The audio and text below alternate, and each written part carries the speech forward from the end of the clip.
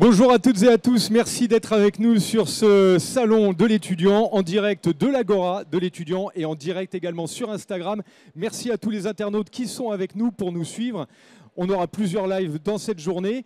Alors on va parler, pour commencer cette matinée, des métiers du numérique et notamment des ingénieurs qui se dédient au numérique. On a la chance d'avoir sur le plateau avec nous Mathieu Manceny, qui est directeur adjoint de l'enseignement à l'ISEP. Bonjour Mathieu. Bonjour.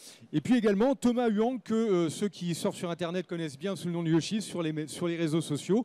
Vous pouvez le suivre sur ces différentes plateformes, YouTube. Il y a plein de comptes sur lesquels on peut te retrouver puisque tu crées des contenus maintenant depuis 2 ans. C'est ça, exactement. Voilà. Alors on va commencer tout de suite en s'intéressant à cette école de l'ISEP et qui va nous ouvrir un peu les portes du numérique. Quand on se destine aux carrières d'ingénieur, on va voir un peu les métiers, les formations. Mathieu, d'abord, pour commencer, quelques mots sur l'ISEP, une grande école d'ingénieurs qui se dédie particulièrement au numérique. Tout à fait. Donc effectivement, on forme des ingénieurs généralistes en technologie du numérique. Alors le numérique, c'est très vaste, c'est partout. On est dans une société numérique et à l'ISEP, on insiste sur vraiment que les élèves découvrent toute la chaîne du numérique. Donc ça peut être de l'électronique, de la conception de systèmes, ça peut être de l'informatique, évidemment, c'est souvent à ça qu'on pense, mais c'est pas que ça, le numérique. Les télécoms, les réseaux, la cybersécurité, on en parle beaucoup en ce moment, les blockchains, etc., l'intelligence artificielle, tout ça, c'est des choses qu'on peut faire à l'ISEP. Par contre, ingénieur du numérique, c'est aussi ingénieur. Donc, ça passera aussi par du mode projet, du travail en équipe, des formations managériales, des langues, des cultures. Enfin, voilà, on y reviendra. Des maths aussi. Et des maths aussi, oui.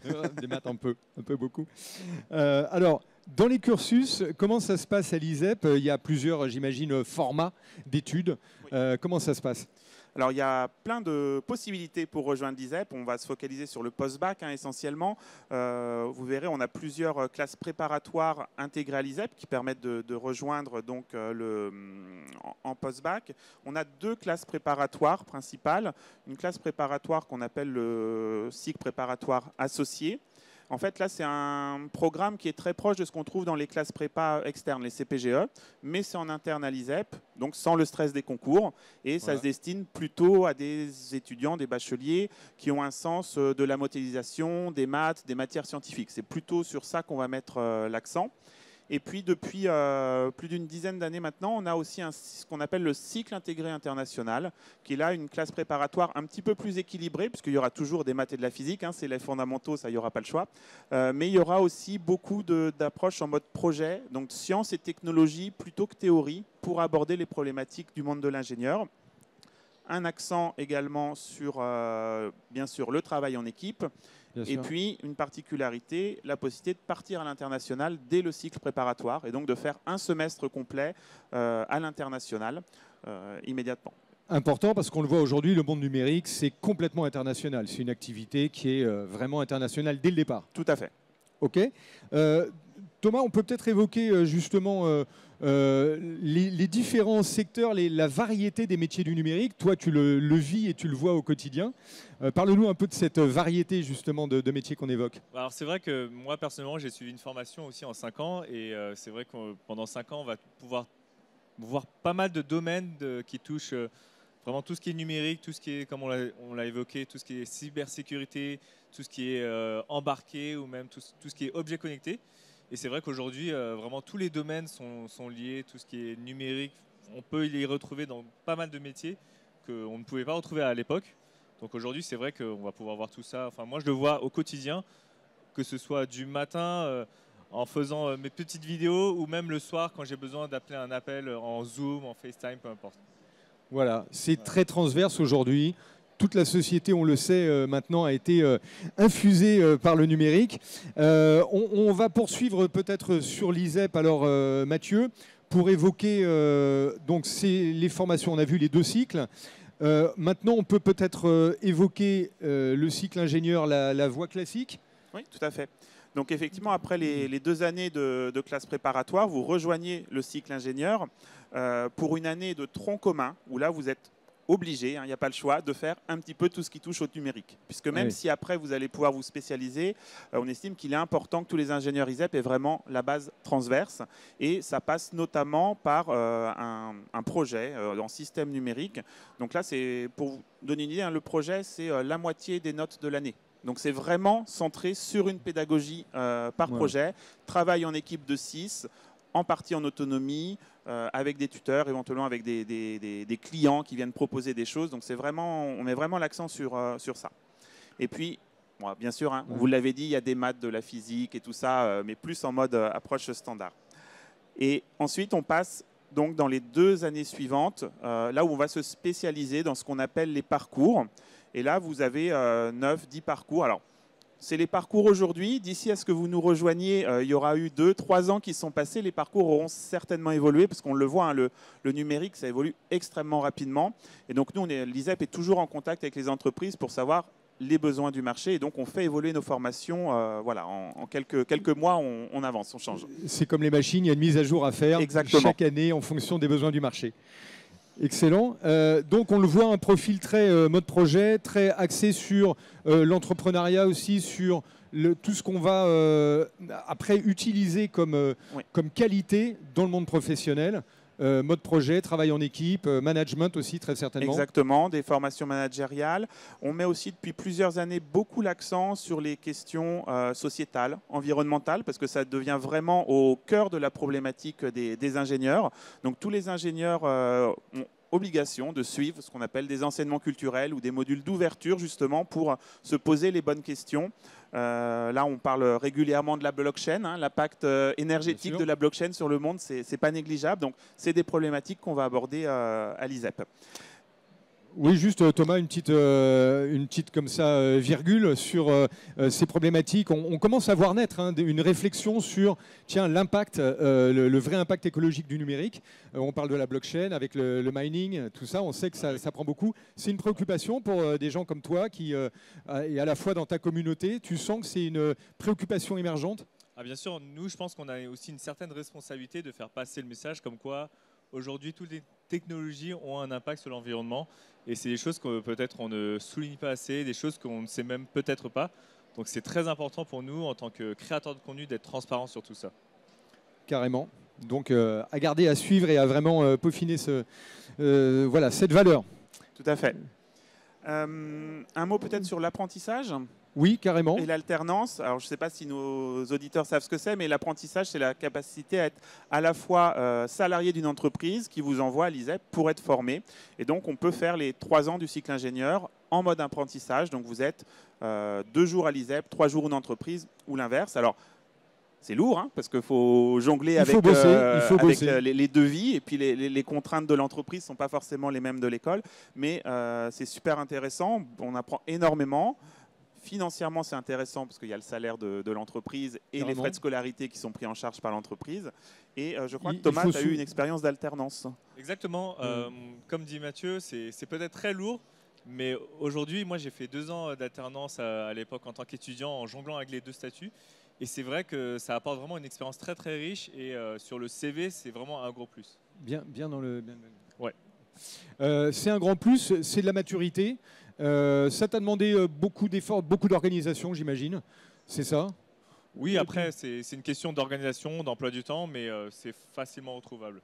On t'a proposé de rester après ce stage dans la boîte, j'imagine? Bien sûr, on m'a proposé de rester, de continuer peut-être même en CDI. Donc ça ouvre vraiment beaucoup de portes, comme je disais au début. Ouais. Carrément. Alors on le voit, un double statut très intéressant qu'on peut avoir avec l'enseignement. Oui. On a également, qu'est-ce qu'on a d'autre comme... une des spécificités qu'on met en place à l'ISEP, c'est aussi tout ce qui est autour de l'entrepreneuriat, de la création d'entreprises. Donc les élèves, notamment sur les 2 dernières années du cycle ingénieur, peuvent se spécialiser dans un parcours entrepreneuriat. Donc là où ils vont être coachés, ils vont être suivis par des professionnels et potentiellement ils vont être sélectionnés pour être dans notre incubateur. On a 2 incubateurs à l'ISEP. Donc l'incubateur, ça va permettre de suivre, d'aider, de donner un cadre de travail favorable à ces étudiants pour qu'ils puissent monter leur entreprise. Et derrière, on a aussi mis en place tout un réseau de financement, d'aide, de prêts à taux zéro, en gros. On a bien sûr des anciens élèves Business Angel aussi, hein, qui peuvent financer des entreprises comme ça. Donc là, on a entre 5 et 10% des élèves de la promo qui vont vers des thématiques comme ça. Excellent, parce qu'on le voit, le numérique, c'est un milieu, un écosystème dans lequel on peut assez facilement quand même monter sa boîte, une start-up. Il y a un vrai maintenant écosystème, sans parler de la Startup Nation, mais on sait que la French Fab dure maintenant et s'est installée durablement dans le paysage. Donc ça, c'est génial. Et pour les jeunes, c'est une belle opportunité de commencer leur carrière en toute autonomie. Qu'est-ce qu'on peut évoquer? Alors, la vie à l'international? La vie à l'international, oui, tout à fait. Donc, je l'ai déjà un petit peu évoqué sur le cycle intégré international. Donc, Exactement. dès les 2 premières années, si vous êtes dans ce cycle-là, vous pouvez partir. Et puis, quand vous rejoignez le cycle ingénieur, vous êtes obligé de partir. Là, il n'y a pas le choix. Voilà. Alors, soit ça peut être un stage à l'international, ça peut être un semestre académique. On a plus de 150 partenariats partout dans le monde, vraiment partout. Et donc, les élèves vont faire un semestre, parfois plus. Hein. Certains élèves font leurs 2 stages et un semestre académique. Donc, la moitié du temps à l'ISEP, finalement, et la moitié du temps ailleurs. Voilà. En général, il ne faut pas trop les pousser quand on dit on est obligé de partir à l'étranger. En général, non, ça va, il n'y a pas de problème. Voilà. Thomas, toi, tu as eu des belles expériences à l'international, comme ça, quand tu as fait tes études ou même après? Alors oui, pendant mes études, j'ai pu partir en Chine justement pendant 9 mois. Wow. Et c'est vrai que c'est une vraie expérience déjà en termes de culture, mais aussi en termes d'apprentissage, voir comment l'apprentissage est quand même un peu similaire, mais dans une culture différente. Tu retrouves tout ce que tu connais du numérique et des outils. Par contre, c'est abordé différemment avec des approches un peu différentes. Exactement. Bon, ça fait partie de la richesse. Si on parle de la vie étudiante sur le campus, là aussi, c'est très effervescent, on va dire. Alors, c'est très effervescent. Ça dépend beaucoup des étudiants. Hein. C'est à vous de créer aussi la vie sur le campus. Alors, l'ISEP est sur 2 sites. On a un site à rue Notre-Dame-des-Champs à Paris, donc entre la gare Montparnasse et le Jardin du Luxembourg, si vous voulez situer. Et puis, on a un autre site à Issy-les-Moulineaux, donc à une vingtaine de minutes entre les deux. Là, on a l'avantage d'être dans un ancien séminaire au milieu d'un parc arboré, donc c'est vraiment très agréable. Et du coup, ça veut dire qu'il y a aussi du terrain. Donc, il y a régulièrement des matchs de volley, de badminton, il y a des tables de ping-pong, des choses comme ça. Alors ça, c'est très festif. Mais au niveau des organismes étudiants, enfin de la vie étudiante, on a forcément le bureau des élèves, une junior entreprise pour les gens qui veulent découvrir, participer à la création également d'entreprises. Et puis, ça évolue. On va avoir des choses autour de l'œnologie, par exemple, du sport, de la voile, du ski, de la BD, du théâtre. Il y a une organisation de discours aussi. Enfin voilà, il y a vraiment plein de choses. Et puis surtout, on est très ouvert. Hein. Une des plus grosses association, elle s'appelle Garage ISEP, donc c'est plutôt une association, on va dire pour les geeks entre guillemets. Voilà. Hein, voilà. Le mythe du petit génie dans son garage. Voilà, Tiens, je vais inventer Facebook. D'accord. Mais c'est une des plus grosses associations aujourd'hui. Elle n'existait pas il y a 3 ans. Ouais. Donc c'est quelqu'un qui a été moteur, qui l'a lancé. Et voilà, donc si vous arrivez à l'ISEP avec des idées d'association, on vous accompagne. Il n'y a pas de souci pour ça. Génial. Et puis dans les 2 sites que vous avez évoqués, près de Montparnasse et Issy-les-Moulineaux, c'est des écosystèmes qui sont à la fois très business. Issy-les-Moulineaux, il y a il y a le Cube, il y a plein d'endroits aussi très motivants quand on est dans le numérique. On a pas mal de partenariats justement avec Issy-les-Moulineaux, qui est une ville extrêmement connectée. Et donc, on a eu des projets avec eux de suivi de la consommation électrique d'habitation ou d'immeubles, par exemple, les horaires des bus, les choses comme ça. Donc, on est vraiment à participer avec eux pour essayer de faire avancer ça. On peut peut-être un peu creuser ce thème-là. C'est vrai qu'aujourd'hui, c'est une nouveauté dans l'enseignement de faire participer les étudiants à ce point-là à de la création de boîtes, d'idées. Quand vous avez parlé de l'œnologie, aujourd'hui, on ouvre le numérique vraiment à tous les secteurs avec beaucoup de surprises. Et les jeunes, des fois, arrivent avec des idées. Tiens, on pourrait connecter ce drone pour faire ci, pour faire ça.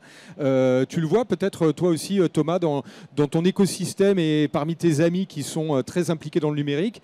Il y a ce retour que les jeunes aujourd'hui apportent énormément, même au cours de leur apprentissage, dans leurs études, en fait.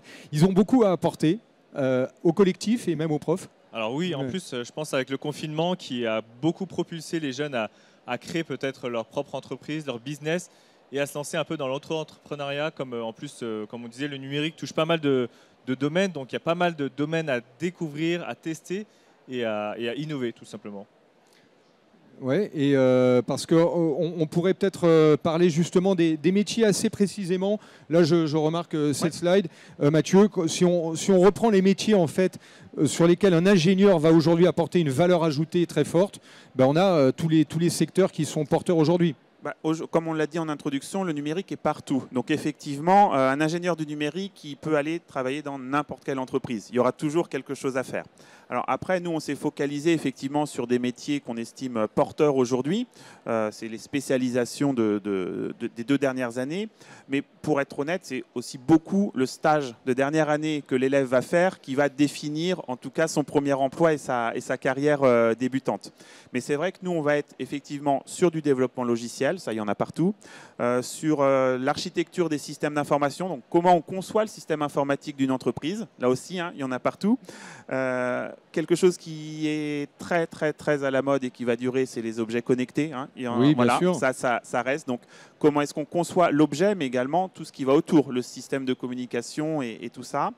La sécurité numérique et les réseaux, ça on le voit malheureusement régulièrement dans la presse, les attaques ou les choses comme ça. Donc, Et d'ailleurs, à propos de cybersécurité, on peut évoquer ce nouveau campus qui est déjà lancé à la Défense, oui. mais qui est tout naissant. Et c'est un gros écosystème qui va rassembler à la fois des écoles, des entreprises, des juridiques, de la sécurité, de la cyber. On a sur le salon la police nationale aussi, de la cybersécurité de la police. Donc il y aura vraiment un énorme pôle et l'ISEP fera partie de l'ISEP sera dans ce pôle-là. Alors on ne s'est pas mis dans le pôle formation, on s'est mis dans le pôle relations entreprises et recherche. Mais bon, ça va participer à tout ça. Et effectivement, on a déjà des partenariats avec la gendarmerie, avec la marine nationale, avec d'autres boîtes de sécurité. Enfin voilà, c'est vraiment au cœur de la problématique aujourd'hui dans le numérique. Et puis pour finir sur les parcours, effectivement, on a des choses peut-être un petit peu plus spécifiques, mais par exemple le système embarqué, quand on conçoit des objets qui doivent être dans une voiture, on a des contraintes qui sont un peu particulières, il faut les respecter, contraintes énergétiques notamment, des systèmes basse consommation, et puis des choses autour du numérique et de la santé en termes généraux. Donc là, pareil, en santé, il y a énormément de choses sur l'analyse d'images, par exemple, automatique. Et puis, il y a aussi beaucoup de choses, on en parle, tout ce qui est RGPD, protection des données personnelles. Donc là, on a des formations spécifiques à l'ISEP dans le cycle ingénieur, mais on a aussi des masters qui sont dédiés à ces thématiques-là. Je vois dans le public, et puis j'imagine aussi sur Instagram, ceux qui nous suivent en direct, il y a des filles. Aujourd'hui, comment ça se passe à l'ISEP, le ratio? Est-ce que les filles commencent à arriver maintenant en force? Elles ont compris que le numérique, elles avaient vraiment un grand rôle à jouer dedans? Alors, ça se passe plutôt bien, mais ça pourrait être mieux. Ça peut progresser. Il y a une marge de progression, voilà. On peut le dire comme ça. Ça dépend. On a, dans le cycle intégré international, on a plus de filles que dans le cycle préparatoire classique. Voilà. Donc, bon, c'est le hasard du bac et qui arrive là. Après, dans le cycle ingénieur, on est autour de 23% de jeunes femmes. Donc bon, ce qui est pas mal, on espère toujours mieux. On peut aller à 30, on peut dépasser les 30 dans 3 ans. On peut espérer, ça serait bien. Mais en tout cas, voilà, si vous êtes une jeune femme, ne vous privez pas. Vous avez toute votre place dans le numérique, mais en fait partout. Il ne faut pas se poser de questions. Absolument. Foncez, faites ce qui vous plaît. Exactement. Thomas, toi, dans la communauté ou dans les autres influenceurs que tu côtoies, j'imagine, il y a des femmes aussi qui prennent aujourd'hui de plus en plus d'espace, d'assurance et qui amènent quelque chose de très frais et de très nouveau dans le numérique. Alors déjà pour rebondir, c'est vrai qu'à l'époque, dans mon école, il n'y avait même pas 20%. Donc je pense qu'il y a du progrès, c'est quelque chose qui tend à évoluer. Et en tout cas, dans le monde de la création du contenu, c'est assez équilibré, je dirais. On a aussi bien des femmes que des hommes, que vraiment de tout type. Donc c'est limité à personne. Carrément. Et on le voit dans tout ce qui est front office, tout ce qui est web design aujourd'hui.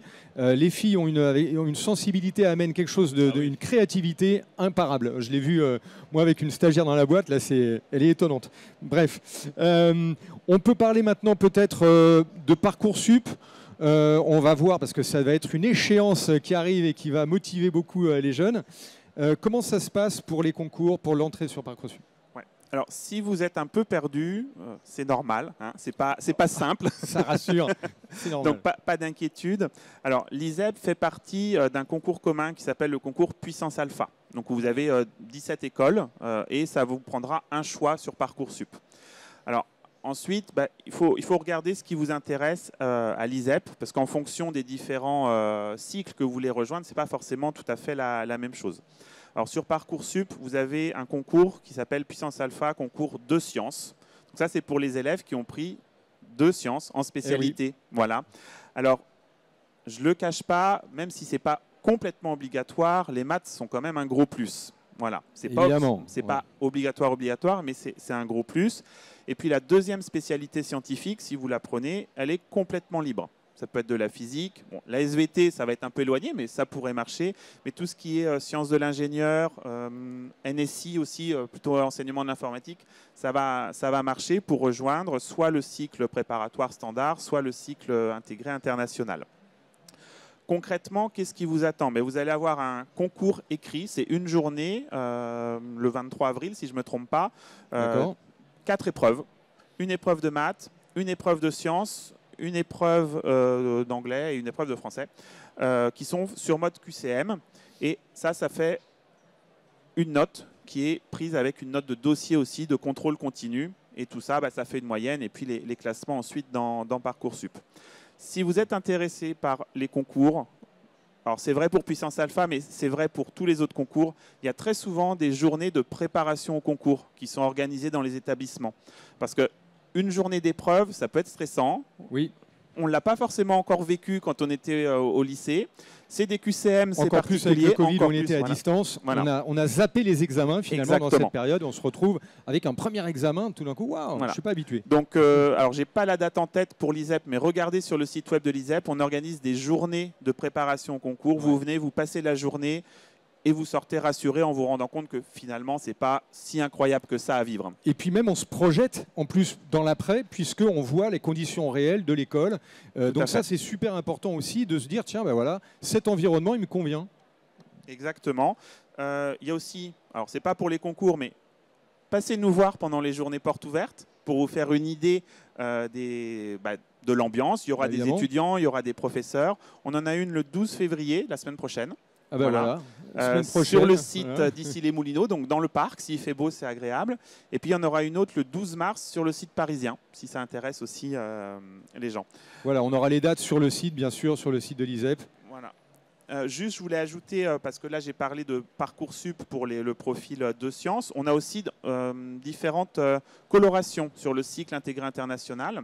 Notamment, on a des gens pour un profil sciences et société, pour les gens qui auraient fait une seule science et de l'économie, par exemple. Alors là, c'est sur dossier uniquement, donc regardez sur le site. Mais voilà, c'est un profil particulier pour nous rejoindre. Parce qu'on a évoqué les problèmes de société. Donc, en général, on aime bien aussi avoir des profils un petit peu différents pour lancer le dialogue, lancer la réflexion et avoir de nouvelles idées. Thomas, je voulais revenir avec toi sur tout ce qu'on évoque là, en fait. Aujourd'hui, dans quelqu'un qui se lance dans le numérique, il a à la fois un rôle assez actif finalement. Tu es acteur aujourd'hui de la société quand on diffuse à une communauté assez large des idées, de la pédagogie, des encouragements à poursuivre dans telle ou telle voie. Il y a un rôle très actif finalement. Et même quand on est auto-entrepreneur et qu'on a un petit écosystème, on peut avoir un impact fort. Donc ça, toi, tu le vis. Parle-nous un petit peu de ça, parce que ça fait partie aujourd'hui du numérique, cet impact qui est démultiplié en fait. Bien sûr, bien sûr. Alors, bien sûr, avant tout, c'est une passion. Donc déjà, parler de tout ce qui est technologie, de tout ce qui est numérique, c'est une passion.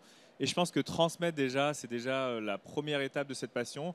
Et si on peut aussi éduquer ou instruire de manière très simple aussi pour que ce soit très accessible, aussi bien pour les personnes qui veulent entrer dans tout ce qui est numérique ou les personnes qui sont déjà très à l'aise avec tout cet univers-là.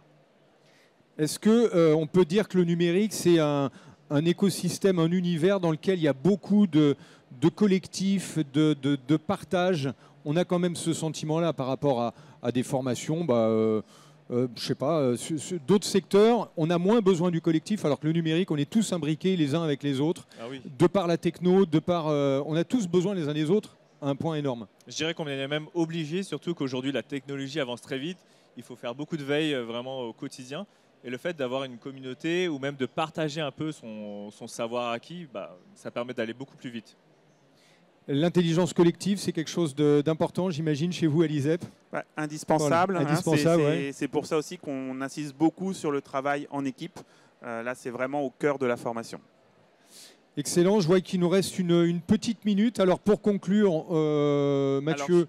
Alors, je voulais juste un petit point aussi. On lance pour ceux qui seraient éventuellement effrayés par une formation en 5 ans, non mais ça peut arriver. Ça peut, le bachelor, très important bien sûr. On lance à la rentrée un bachelor, donc c'est 3 ans, qui vous permet d'être sur le marché du travail immédiatement au bout de 3 ans. Et la thématique du bachelor, c'est la transformation numérique des entreprises, puisqu'effectivement, il y a beaucoup d'entreprises qui font un peu de numérique, mais qui veulent aller beaucoup plus loin.